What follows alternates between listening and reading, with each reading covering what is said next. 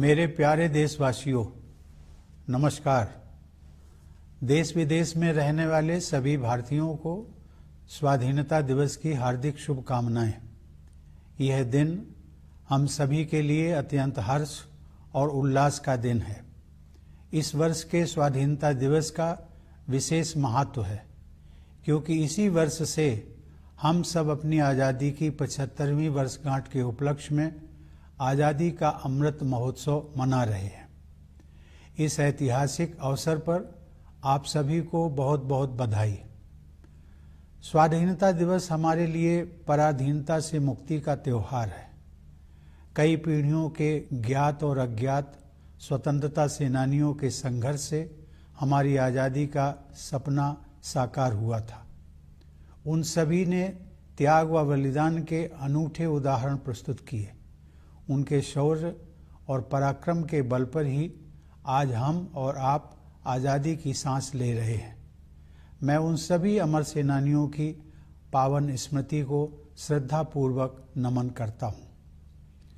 अनेक देशों की तरह हमारे राष्ट्र को भी विदेशी हुकूमत के दौरान बहुत अन्याय और अत्याचार सहने पड़े, परंतु भारत की विशेषता यह थी कि गांधी जी के नेतृत्व में हमारा स्वाधीनता आंदोलन सत्य और अहिंसा के सिद्धांतों पर आधारित रहा। उन्होंने तथा अन्य सभी राष्ट्र नायकों ने भारत को औपनिवेशिक शासन से मुक्त करने का मार्ग तो दिखाया ही, साथ ही राष्ट्र के पुनर्निर्माण की रूपरेखा भी प्रस्तुत की। उन्होंने भारतीय जीवन मूल्यों और मानवीय गरिमा को पुनः स्थापित करने के लिए भी भरपूर प्रयास किए। अपने गणतंत्र की विगत 75 वर्षों की यात्रा पर जब हम नज़र डालते हैं तो हमें यह गर्व होता है कि हमने प्रगति पथ पर काफ़ी लंबी दूरी तय कर ली है। गांधी जी ने हमें यह सिखाया है कि गलत दिशा में तेजी से कदम बढ़ाने से अच्छा है कि सही दिशा में धीरे ही सही लेकिन सधे हुए कदमों से आगे बढ़ा जाए। अनेक परंपराओं से समृद्ध भारत के सबसे बड़े और जीवंत लोकतंत्र की अद्भुत सफलता को विश्व समुदाय सम्मान के साथ देखता है। प्यारे देशवासियों, हाल ही में संपन्न टोक्यो ओलंपिक में हमारे खिलाड़ियों ने अपने शानदार प्रदर्शन से देश का गौरव बढ़ाया है। भारत ने ओलंपिक खेलों में अपनी भागीदारी के 121 वर्षों में सबसे अधिक मेडल जीतने का इतिहास रचा है। हमारी बेटियों ने अनेक बाधाओं को पार करते हुए खेल के मैदानों में विश्व स्तर की उत्कृष्टता हासिल की है।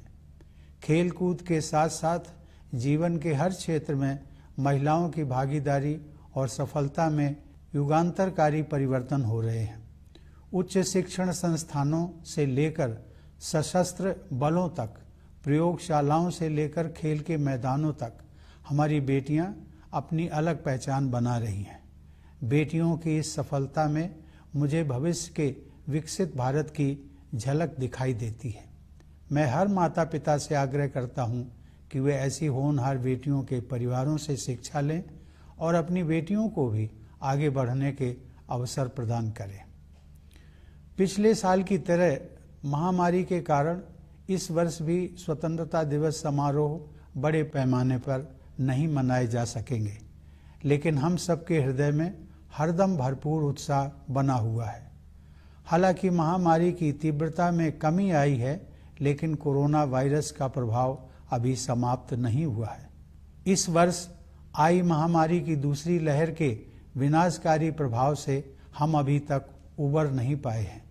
पिछले वर्ष सभी लोगों के असाधारण प्रयासों के बल पर हम संक्रमण के प्रसार पर काबू पाने में सफल रहे थे।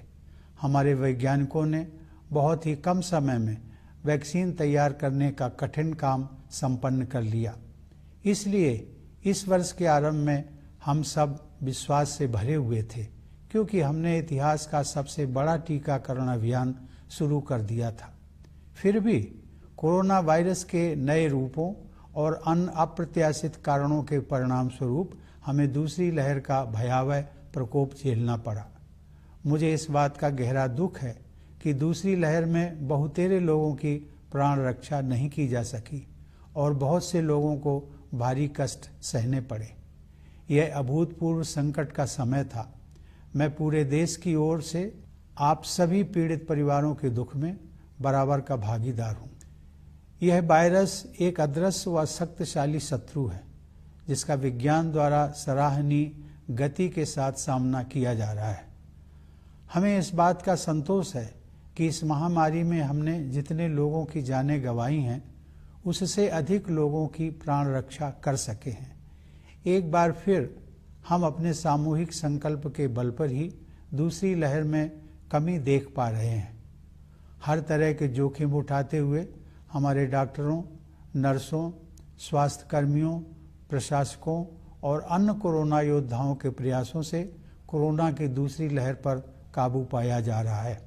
कोविड की दूसरी लहर से हमारी सार्वजनिक स्वास्थ्य सेवाओं के बुनियादी ढांचे पर बहुत दबाव पड़ा है। सच तो यह है कि विकसित अर्थव्यवस्थाओं समेत किसी भी देश का बुनियादी ढांचा इस विकराल संकट का सामना करने में समर्थ सिद्ध नहीं हुआ। हमने स्वास्थ्य व्यवस्था को मजबूत बनाने के लिए युद्ध स्तर पर प्रयास किए। देश के नेतृत्व ने इस चुनौती का डटकर सामना किया। केंद्र सरकार के प्रयासों के साथ साथ राज्य सरकारों, निजी क्षेत्र की स्वास्थ्य सुविधाओं, गैर सरकारी संगठनों तथा अन्य समूहों ने सक्रिय योगदान किया। इस असाधारण अभियान में कई देशों ने उदारता से अनिवार्य वस्तुएं उसी तरह साझा की जैसे भारत ने बहुत से देशों को दवाइयाँ, उपकरण और वैक्सीन उपलब्ध कराई थी। इस सहायता के लिए मैं विश्व समुदाय का आभार प्रकट करता हूँ।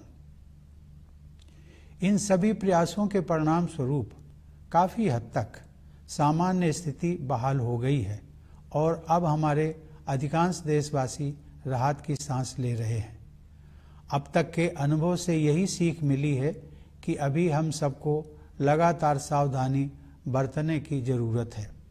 इस समय वैक्सीन हम सबके लिए विज्ञान द्वारा सुलभ कराया गया सर्वोत्तम सुरक्षा कवच है। हमारे देश में चल रहे विश्व के सबसे बड़े टीकाकरण अभियान के तहत अब तक 50 करोड़ से अधिक देशवासियों को वैक्सीन लग चुकी है। मैं सभी देशवासियों से आग्रह करता हूं कि वे प्रोटोकॉल के अनुरूप जल्दी से जल्दी वैक्सीन लगवा लें और दूसरों को भी प्रेरित करें। मेरे प्यारे देशवासियों, इस महामारी का प्रभाव अर्थव्यवस्था के लिए उतना ही विनाशकारी है जितना लोगों के स्वास्थ्य के लिए। सरकार गरीब और निम्न मध्यम वर्ग के लोगों के साथ साथ छोटे और मध्यम उद्योगों की समस्याओं के विषय में भी चिंतित रही है। सरकार उन मजदूरों और उद्यमियों की जरूरतों के प्रति भी संवेदनशील रही है जिन्हें लॉकडाउन और आवागमन पर प्रतिबंधों के कारण कठिनाइयों का सामना करना पड़ा है। उनकी जरूरतों को समझते हुए सरकार ने पिछले वर्ष उन्हें राहत प्रदान करने के लिए बहुत से कदम उठाए थे। इस वर्ष भी सरकार ने मई और जून में करीब 80 करोड़ लोगों को अनाज उपलब्ध कराया। अब यह सहायता दीपावली तक के लिए बढ़ा दी गई है। इसके अलावा कोविड से प्रभावित कुछ उद्यमों को प्रोत्साहन देने के लिए सरकार ने हाल ही में 6,28,000 करोड़ रुपए के प्रोत्साहन पैकेज की घोषणा की है। यह तथ्य विशेष रूप से संतोषजनक है कि चिकित्सा सुविधाओं के विस्तार के लिए एक वर्ष की अवधि में ही 23,220 करोड़ रुपए खर्च किए जा रहे हैं। मुझे इस बात की खुशी है कि सभी बाधाओं के बावजूद ग्रामीण क्षेत्रों में विशेष रूप से कृषि के क्षेत्र में बढ़ोतरी जारी रही है। हाल ही में कानपुर देहात जिले में स्थित अपने पैतृक गांव परौख की यात्रा के दौरान मुझे यह देखकर बहुत खुशी हुई कि ग्रामीण क्षेत्रों में लोगों के जीवन को सुगम बनाने के लिए बेहतर इंफ्रास्ट्रक्चर विकसित किया जा रहा है। शहरी और ग्रामीण क्षेत्रों के बीच की मनोवैज्ञानिक दूरी अब पहले की तुलना में काफ़ी कम हो गई है। मूलतः भारत गांव में ही बसता है, इसलिए उन्हें विकास के पैमानों पर पीछे नहीं रहने दिया जा सकता। इसीलिए प्रधानमंत्री किसान सम्मान निधि सहित हमारे किसान भाई बहनों के लिए विशेष अभियानों पर बल दिया जा रहा है। ये सभी प्रयास आत्मनिर्भर भारत की संकल्पना के अनुरूप हैं। हमारी अर्थव्यवस्था में निहित विकास की क्षमता पर दृढ़ विश्वास के साथ सरकार ने रक्षा, स्वास्थ्य, नागरिक उड्डयन, विद्युत तथा अन्य क्षेत्रों में निवेश को और अधिक सरल बनाया है। सरकार द्वारा पर्यावरण के अनुकूल ऊर्जा के नवीकरणीय स्रोतों, विशेष रूप से सौर ऊर्जा को बढ़ावा देने के नवीन प्रयासों की विश्वव्यापी प्रशंसा हो रही है। जब ईज ऑफ डूइंग बिजनेस की रैंकिंग में सुधार होता है, तब उसका सकारात्मक प्रभाव देशवासियों की ईज ऑफ लिविंग पर भी पड़ता है। इसके अलावा जन कल्याण की योजनाओं पर विशेष जोर दिया जा रहा है। उदाहरण के लिए 70,000 करोड़ रुपए की क्रेडिट लिंक्ड सब्सिडी योजना की बदौलत अपना खुद का घर होने का सपना अब साकार हो रहा है। एग्रीकल्चरल मार्केटिंग में किए गए अनेक सुधारों से हमारे अन्नदाता किसान और भी सशक्त होंगे और उन्हें अपने उत्पादों की बेहतर कीमत प्राप्त होगी। सरकार ने प्रत्येक देशवासी की क्षमता को विकसित करने के लिए अनेक कदम उठाए हैं, जिनमें से कुछ का ही उल्लेख मैंने किया है। प्यारे देशवासियों, अब जम्मू कश्मीर में नव जागरण दिखाई दे रहा है। सरकार ने लोकतंत्र और कानून के शासन में विश्वास रखने वाले सभी पक्षों के साथ परामर्श की प्रक्रिया शुरू कर दी है। मैं जम्मू कश्मीर के निवासियों, विशेषकर युवाओं से इस अवसर का लाभ उठाने और लोकतांत्रिक संस्थाओं के माध्यम से अपनी आकांक्षाओं को साकार करने के लिए सक्रिय होने का आग्रह करता हूं। सर्वांगीण विकास के प्रभाव से अंतर्राष्ट्रीय मंच पर भारत का कद ऊंचा हो रहा है। यह बदलाव प्रमुख बहुपक्षीय मंचों पर हमारी प्रभावी भागीदारी में तथा अनेक देशों के साथ हमारे द्विपक्षीय संबंधों को सुदृढ़ बनाने में परिलक्षित हो रहा है। प्यारे देशवासियों, 75 साल पहले जब भारत ने आज़ादी हासिल की थी, तब अनेक लोगों को यह संशय था कि भारत में लोकतंत्र सफल नहीं होगा। ऐसे लोग शायद इस तथ्य से अनभिज्ञ थे कि प्राचीन काल में लोकतंत्र की जड़ें इसी भारत भूमि में पुष्पित पल्लवित हुई थी। आधुनिक युग में भी भारत बिना किसी भेदभाव के सभी वयस्कों को मताधिकार देने में अनेक पश्चिमी देशों से आगे रहा। हमारे राष्ट्र निर्माताओं ने जनता के विवेक में अपनी आस्था व्यक्त की और हम भारत के लोग अपने देश को एक शक्तिशाली लोकतंत्र बनाने में सफल रहे हैं। हमारा लोकतंत्र संसदीय प्रणाली पर आधारित है, अतः संसद हमारे लोकतंत्र का मंदिर है, जहां जनता की सेवा के लिए महत्वपूर्ण मुद्दों पर वाद विवाद, संवाद और निर्णय करने का सर्वोच्च मंच हमें उपलब्ध है। यह सभी देशवासियों के लिए बहुत गर्व की बात है कि हमारे लोकतंत्र का यह मंदिर निकट भविष्य में ही एक नए भवन में स्थापित होने जा रहा है। यह भवन हमारी रीति और नीति को अभिव्यक्त करेगा। इसमें हमारी विरासत के प्रति सम्मान का भाव होगा और साथ ही समकालीन विश्व के साथ कदम मिलाकर चलने की कुशलता का प्रदर्शन भी होगा।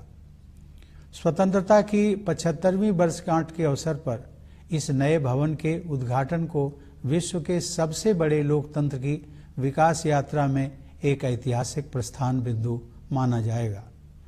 सरकार ने इस विशेष वर्ष को स्मरणीय बनाने के लिए कई योजनाओं का शुभारंभ किया है। गगनयान मिशन उन अभियानों में विशेष महत्व रखता है। इस मिशन के तहत भारतीय वायुसेना के कुछ पायलट विदेश में प्रशिक्षण प्राप्त कर रहे हैं। जब वे अंतरिक्ष में उड़ान भरेंगे तो भारत मानव युक्त अंतरिक्ष मिशन को अंजाम देने वाला दुनिया का चौथा देश बन जाएगा। इस प्रकार हमारी आकांक्षाओं की उड़ान किसी प्रकार की सीमा में बंधने वाली नहीं है। फिर भी हमारे पैर यथार्थ की ठोस जमीन पर टिके हुए हैं। हमें यह एहसास है कि आज़ादी के लिए मर मिटने वाले स्वाधीनता सेनानियों के सपनों को साकार करने की दिशा में हमें अभी काफ़ी आगे जाना है। वे सपने हमारे संविधान में न्याय, स्वतंत्रता, समता और बंधुता, इन 4 सार गर्भित शब्दों द्वारा स्पष्ट रूप से समाहित किए गए हैं। असमानता से भरी विश्व व्यवस्था में और अधिक समानता के लिए तथा अन्यायपूर्ण परिस्थितियों में और अधिक न्याय के लिए दृढ़ता पूर्वक प्रयास करने की आवश्यकता है। न्याय की अवधारणा बहुत व्यापक हो गई है, जिसमें आर्थिक और पर्यावरण से जुड़ा न्याय भी शामिल है। आगे की राह बहुत आसान नहीं है। हमें कई जटिल और कठिन पड़ाव पार करने होंगे, लेकिन हम सबको असाधारण मार्गदर्शन उपलब्ध है। यह मार्गदर्शन विभिन्न स्रोतों से हमें मिलता है। सदियों पहले के ऋषि मुनियों से लेकर आधुनिक युग के संतों और राष्ट्र नायकों तक हमारे मार्गदर्शकों की अत्यंत समृद्ध परंपरा की शक्ति हमारे पास है। अनेकता में एकता की भावना के बल पर हम दृढ़ता से एक राष्ट्र के रूप में आगे बढ़ रहे हैं। विरासत में मिली हमारे पूर्वजों की जीवन दृष्टि इस सदी में न केवल हमारे लिए बल्कि पूरे विश्व के लिए सहायक सिद्ध होगी। आधुनिक औद्योगिक सभ्यता ने मानव जाति के सम्मुख गंभीर चुनौतियां खड़ी कर दी हैं। समुद्रों का जल स्तर बढ़ रहा है, ग्लेशियर पिघल रहे हैं और पृथ्वी के तापमान में वृद्धि हो रही है। इस प्रकार जलवायु परिवर्तन की समस्या हमारे जीवन को प्रभावित कर रही है। हमारे लिए गर्व की बात है कि भारत ने न केवल पेरिस जलवायु समझौते का पालन किया है, बल्कि जलवायु की रक्षा के लिए तय की गई प्रतिबद्धता से भी अधिक योगदान कर रहा है। फिर भी मानवता को विश्व स्तर पर अपने तौर तरीके बदलने की सख्त जरूरत है। इसीलिए भारतीय ज्ञान परंपरा की ओर दुनिया का रुझान बढ़ता जा रहा है। ऐसी ज्ञान परंपरा जो वेदों और उपनिषदों के रचनाकारों द्वारा निर्मित की गई, रामायण और महाभारत में वर्णित की गई, भगवान महावीर, भगवान बुद्ध तथा गुरु नानक द्वारा प्रसारित की गई और महात्मा गांधी जैसे लोगों के जीवन में परिलक्षित हुई। गांधी जी ने कहा था कि प्रकृति के अनुरूप जीने की कला सीखने के लिए प्रयास करना पड़ता है, लेकिन एक बार जब आप नदियों और पहाड़ों, पशुओं और पक्षियों के साथ संबंध बना लेते हैं तो प्रकृति अपने रहस्यों को आपके सामने प्रकट कर देती है। आइए हम संकल्प लें कि गांधी जी के इस संदेश को आत्मसात करेंगे और जिस भारत भूमि पर हम रहते हैं उसके पर्यावरण के संरक्षण के लिए त्याग भी करेंगे। हमारे स्वतंत्रता सेनानियों में देश प्रेम और त्याग की भावना सर्वोपरि थी। उन्होंने अपने हितों की चिंता न करते हुए हर प्रकार की चुनौतियों का सामना किया। मैंने देखा है कि कोरोना के संकट का सामना करने में भी लाखों लोगों ने अपनी परवाह न करते हुए मानवता के प्रति निस्वार्थ भाव से दूसरों के स्वास्थ्य और प्राणों की रक्षा के लिए भारी जोखिम उठाए हैं। ऐसे सभी कोविड योद्धाओं की मैं हृदय से सराहना करता हूँ। अनेक कोविड योद्धाओं को अपनी जान भी गंवानी पड़ी है। मैं उन सब की स्मृति को नमन करता हूँ। हाल ही में कारगिल विजय दिवस के उपलक्ष्य में मैं लद्दाख स्थित कारगिल युद्ध स्मारक द्रास में अपने बहादुर जवानों को श्रद्धांजलि देने के लिए जाना चाहता था, लेकिन रास्ते में मौसम खराब हो जाने की वजह से मेरा उस स्मारक तक जाना संभव नहीं हो पाया। वीर सैनिकों के सम्मान में उस दिन मैंने बारामूला में डैगर वार मेमोरियल पर शहीदों को श्रद्धांजलि अर्पित की। वह मेमोरियल उन सभी सैनिकों की स्मृति में बनाया गया है जिन्होंने अपने कर्तव्य पथ पर सर्वोच्च बलिदान दिया है। उन जाबाज योद्धाओं की वीरता और त्याग की सराहना करते हुए मैंने देखा कि उस युद्ध स्मारक में एक आदर्श वाक्य अंकित है, मेरा हर काम देश के नाम। यह आदर्श वाक्य हम सभी देशवासियों को मंत्र के रूप में आत्मसात कर लेना चाहिए तथा राष्ट्र के विकास के लिए पूरी निष्ठा व समर्पण से कार्य करना चाहिए। मैं चाहूँगा कि राष्ट्र और समाज के हित को सर्वोपरि रखने की इसी भावना के साथ हम सभी देशवासी भारत को प्रगति के पथ पर आगे ले जाने के लिए एकजुट हो जाएं। मेरे प्यारे देशवासियों, मैं विशेष रूप से भारतीय सशस्त्र बलों के वीर जवानों की सराहना करता हूं, जिन्होंने हमारी स्वतंत्रता की रक्षा की है और आवश्यकता पड़ने पर साहस बलिदान भी दिया है। मैं सभी प्रवासी भारतीयों की भी प्रशंसा करता हूं। उन्होंने जिस देश में भी घर बसाया है, वहां अपनी मातृभूमि की छवि को उज्जवल बनाए रखा है। मैं एक बार फिर आप सभी को भारत के 75वें स्वतंत्रता दिवस की पूर्व संध्या पर बधाई देता हूं।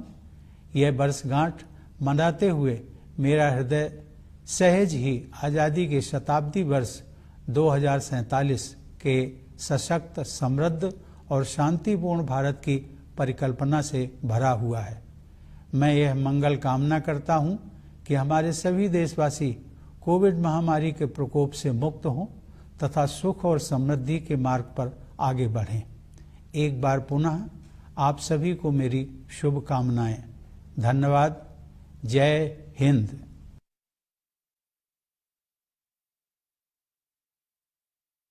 My dear fellow citizens, Namaskar. It is a matter of great joy for me to wish all Indians living in India and abroad a very happy Independence Day. This day has a special significance as it marks the beginning of the 75th year of India's independence, for which Azadi Ka Amrit Mahotsav is being celebrated. My hearty congratulations to you all on this momentous occasion. Independence Day is a festival of freedom for us. This was made possible by generations of freedom fighters, some known, many unknown. They made great sacrifices.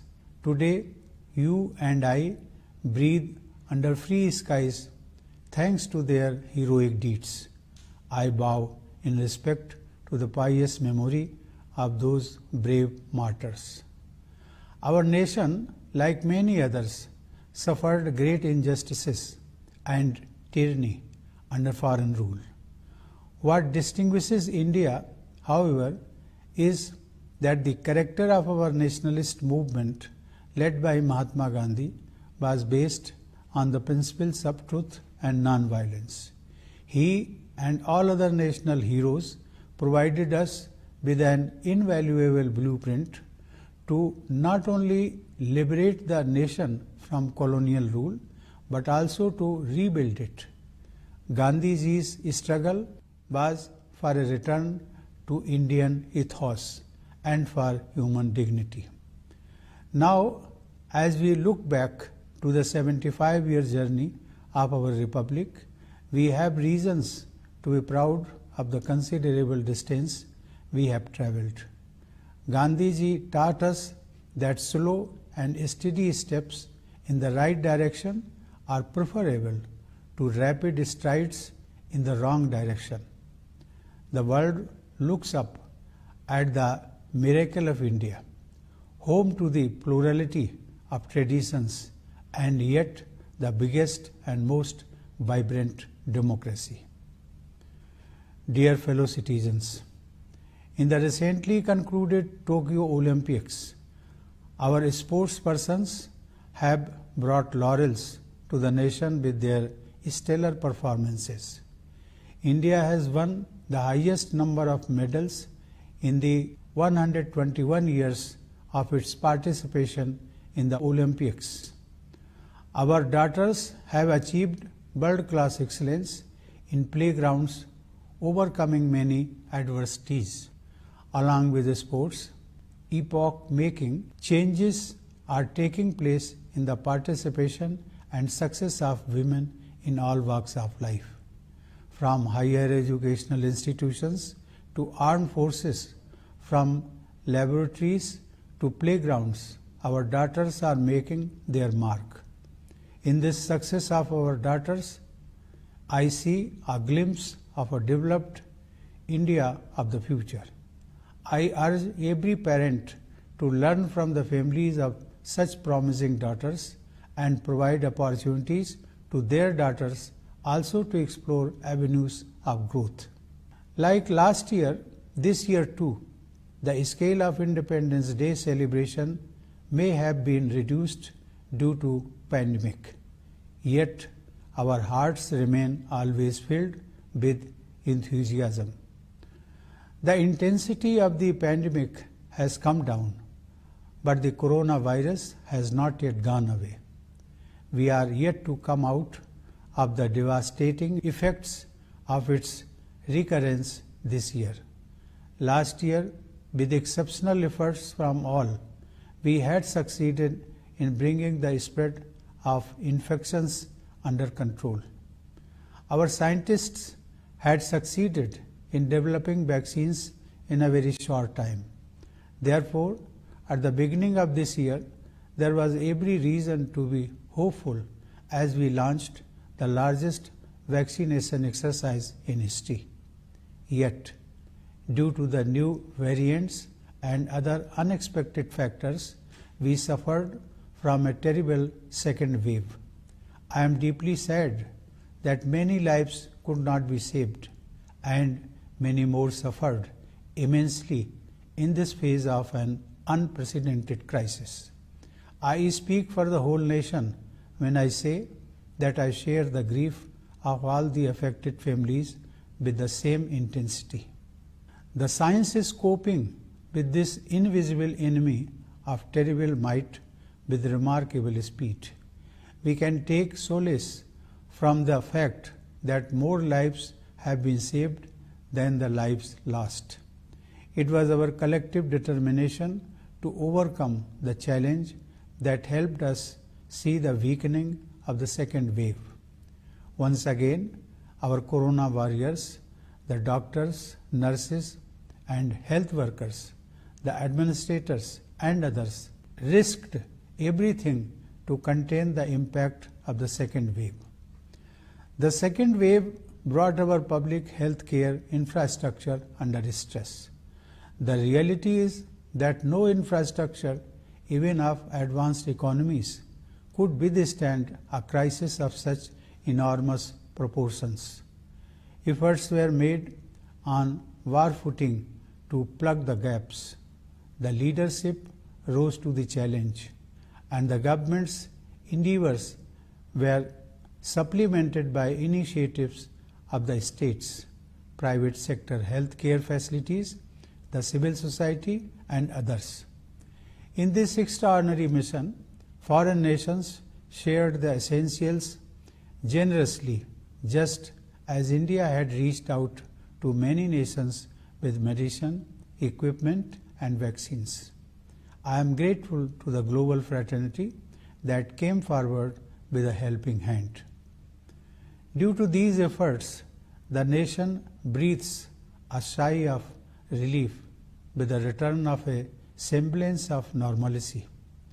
If we have learned our lessons well, we know that this is the time of extra care and caution. We shall not let our guard down. Vaccines are the best possible protection science offers to us. Under the world's biggest vaccination campaign going on in our country, more than 50 crore fellow citizens have been vaccinated so far. I urge all eligible citizens who are yet to get vaccinated to do so at the earliest and also inspire others. Dear fellow citizens, the economic impact of the pandemic is as disastrous as its health impact. The government has been concerned about the lower middle classes and the poor, as well as about the small and medium industries.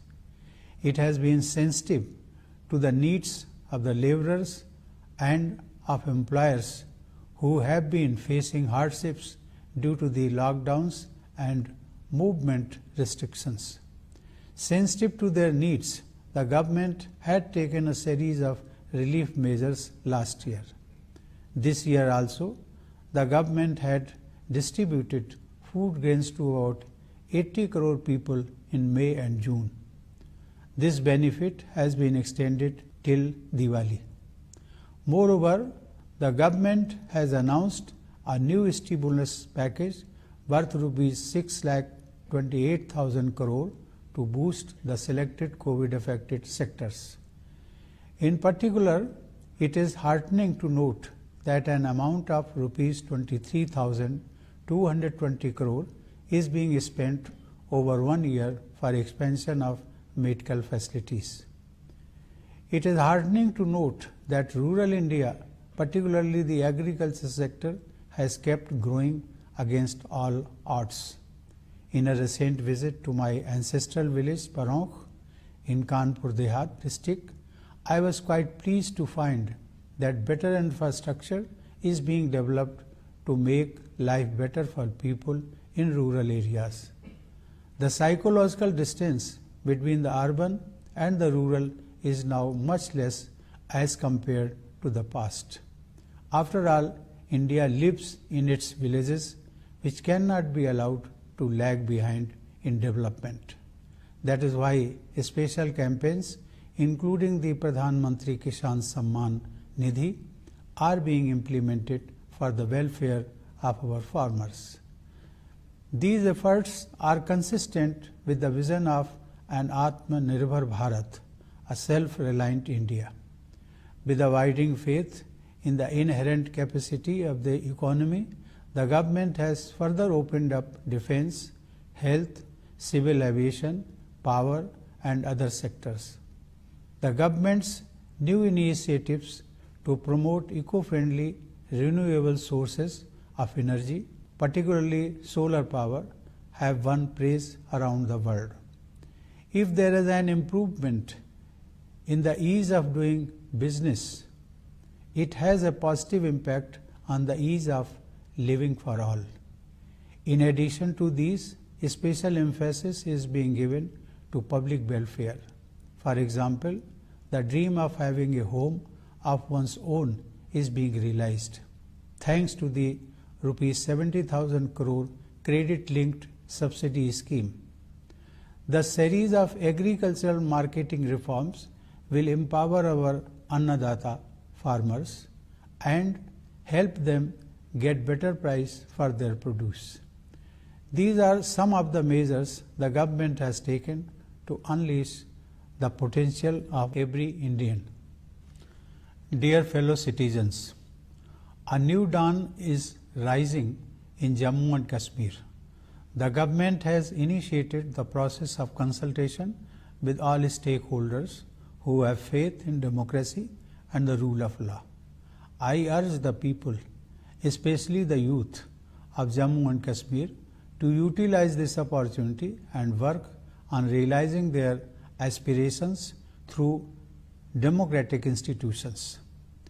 With all-round progress, India's stature is rising in the international arena, as it was reflected in our participation in several key multilateral forums as well as in consolidating bilateral relationships with several countries. Dear fellow citizens, when India won independence 75 years ago, many skeptics thought democracy would not survive in India. Little did they know that roots of democracy were nurtured in this soil in ancient times, and even in modern times, India was ahead of many Western nations in offering franchise to all adults, regardless of any distinctions. The founding fathers had reposed their faith in the wisdom of the people, and we, the people of India, have made India a strong democracy. We have adopted the system of parliamentary democracy. Therefore, our parliament is the temple of our democracy, which provides us the highest forum where we discuss, debate, and decide issues for the well-being of our people. It is a matter of great pride for all Indians that our parliament will soon be housed in a new building. It will be a fitting statement of our outlook. It will honor our legacy while also walking in step with the contemporary world. It is more than symbolic that the new building will be inaugurated in the year of the 75th anniversary of independence. The government has planned many initiatives to make this special year memorable, and the most exciting of them all may as well be the Gaganyaan mission. Pilots of the Indian Air Force have been receiving training abroad. When they fly off into space, India will become only the fourth nation on the planet to carry out a manned space mission. When it comes to the flights of our ambitions, we don't let any limitations define us. Yet we keep our feet on the ground.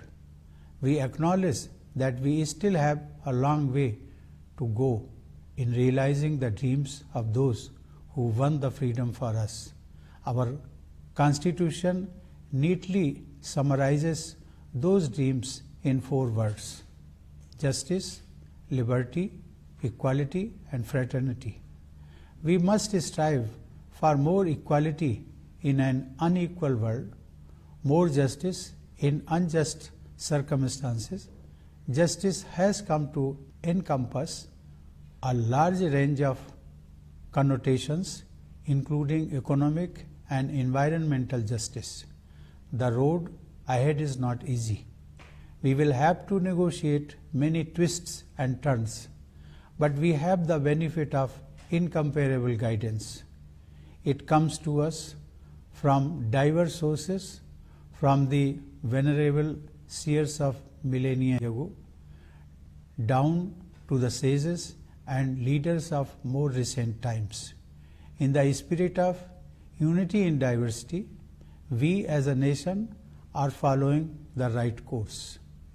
This vision, derived from the unique Indian heritage, is going to be helpful not only to us but to the whole world in this century. Modern industrial civilization has posed serious challenges before humankind. Climate change has become a reality of life.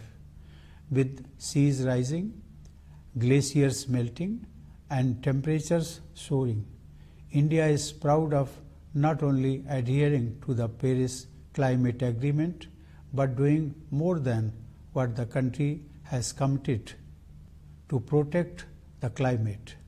However, the world desperately needs a course correction. This is why the world is increasingly turning to the wisdom of India, as created by the authors of the Vedas and Upanishads, as depicted in the Ramayana and Mahabharata, as taught by Lord Mahavira, Lord Buddha, and Guru Nanak, and as reflected in the lives of the likes of Mahatma Gandhi. Learning the art of living in tune with nature requires effort, Gandhiji says.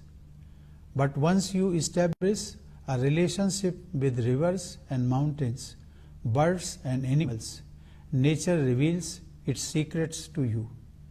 Let us resolve to listen to this message of Gandhiji and also to make sacrifices for the sake of the land we live in. The spirit of patriotism and sacrifice was paramount among our freedom fighters. They faced all kinds of challenges without caring for their own interests. I have seen that in the face of corona crisis, lakhs of people have taken enormous risks to protect others with the spirit of selfless service for humanity. I convey my profound appreciation for all such COVID warriors. Many of them succumbed to COVID-19. I pay homage to them. Recently, on the occasion of Kargil Vijay Divas, I wanted to visit the Kargil War Memorial, Dras, in Ladakh, to pay homage to our brave soldiers.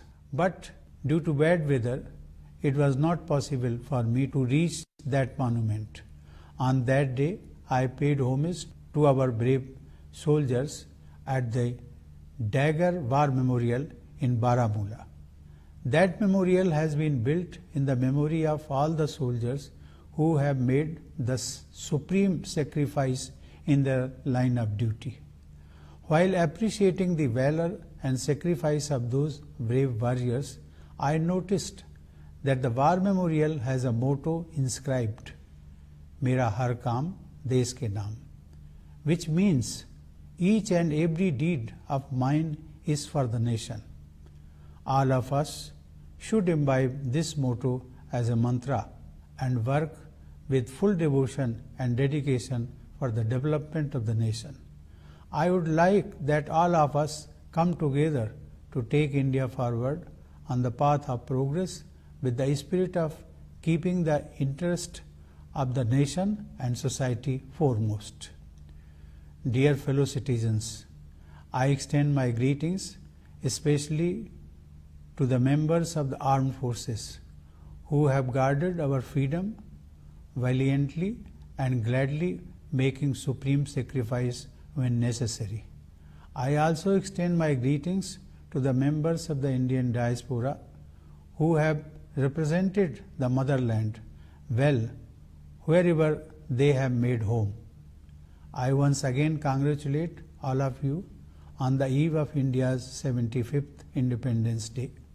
While celebrating this anniversary, I cannot stop my mind from imagining a powerful, prosperous and peaceful India of 2047 when we will celebrate 100 years of our independence. I wish that all our people come out of the difficulties caused by the COVID pandemic and move ahead on the path of happiness and prosperity. Once again, my best wishes to all of you. Thank you. Jai Hind.